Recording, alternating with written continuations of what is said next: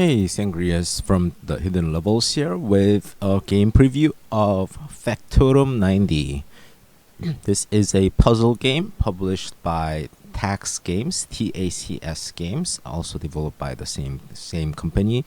It is priced at $5.99 US dollars, and it released already in 2016, February 10th. The version I'm reviewing is the Xbox One version, and now you see the main title screen. As far as I know about this game, it's a co-op. Well, not a co-op, but a split screen. You control two robots, and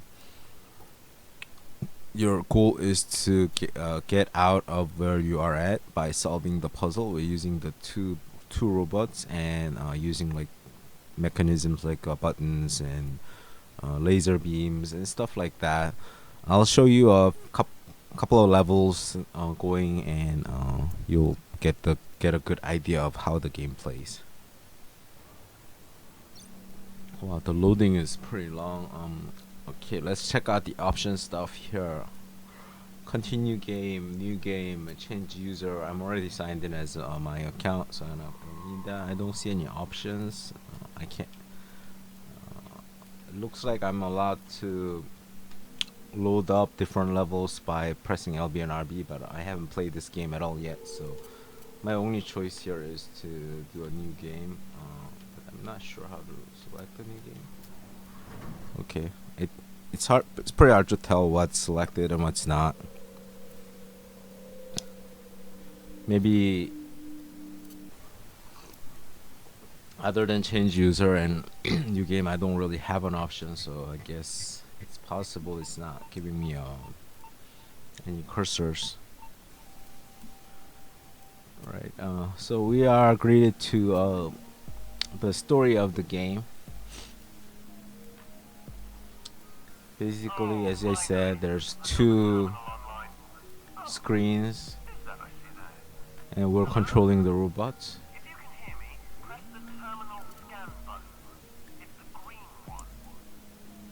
I'm assuming by green one it's talking about the A button.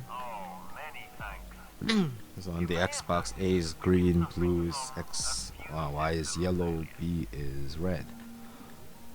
As you can see, we've stopped dead in the middle of this asteroid belt. The last thing I detected was a large object colliding with the outer hull. The impact has caused some very important systems to go offline. Our computers are fried, and the doors are all locked, but the most pressing issue is that life support has failed.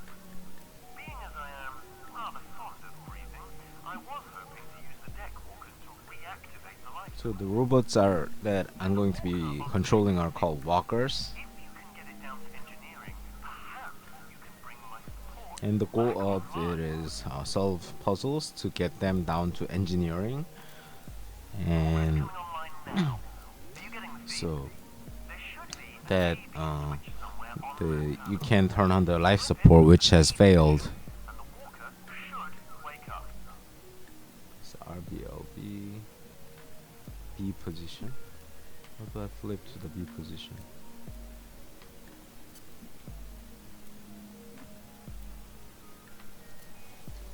Now the only way we can move between decks is by the cargo doors.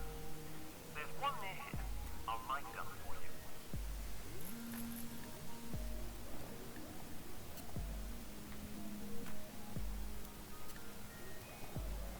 Okay, so you press Y button to change between A and B. There's two terminals. The right terminal is called B terminal. Be a problem. The floor plates are out of alignment.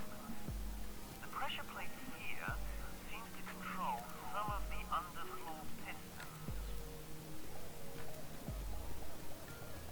Okay, looks like I'm gonna need this box. A ballast container. Try using the magnetic tether.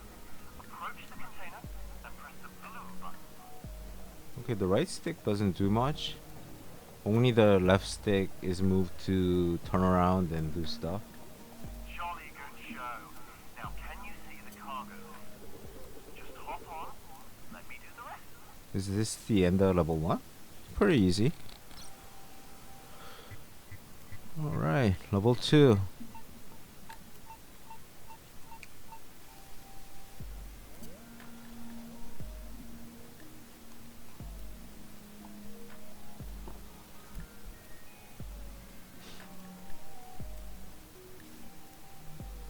Good job back there, but I'm afraid the journey for breathable air has just begun.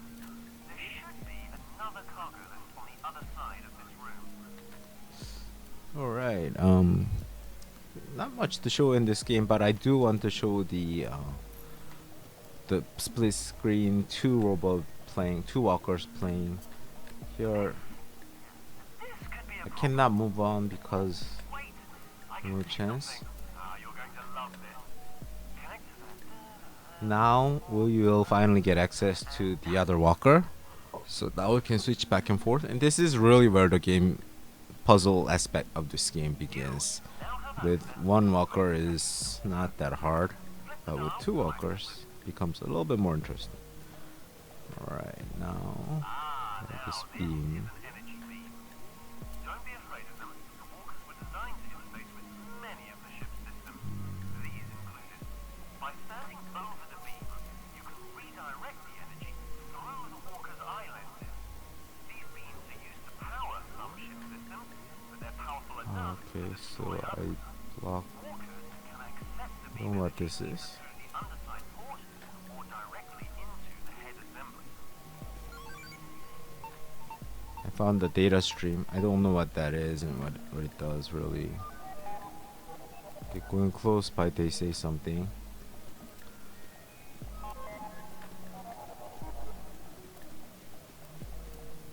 Looks like I'm gonna have to. I don't see any like cargo that I can pick up and put down somewhere. Looks like I'm gonna have to destroy these things somehow. I'm not sure how to. So if I go forward and this happens. Oh, maybe. Let's make sure what happens here. Okay, I got it. So I need to get on top of that and press the red switch on top. Alright. Now this feels more like a puzzle game. The first level was like, what the hell is this kind of stuff. Alright, now. That's done something. See if you can bring the other walkers through. Okay, now I can get through. And I'll use this. What I'm doing here is basically I want to use this beam. Double reflect this beam. Painfully slow to turn. I wonder if there's an option to. Unorthodox, but it seems to have cleared the way. Maybe if I turn it a little bit more, I can destroy that third whatever bomb or whatever that is.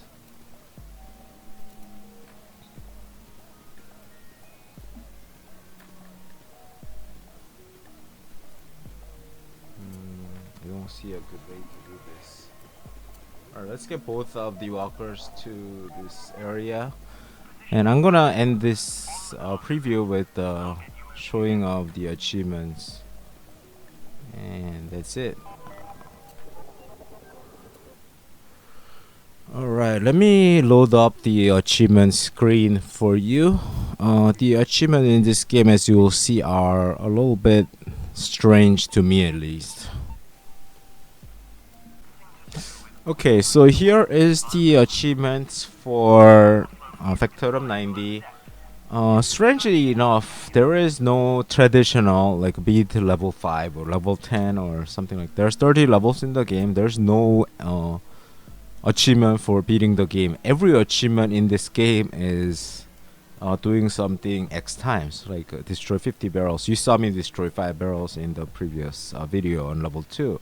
Push the A button. So that's push the button. That's the red button. So you get on and you get off. I imagine we'll be doing this quite a bit throughout the game. So 100 times is not much. I've already done it 8 times for 2 levels, and there's 30 levels in the game.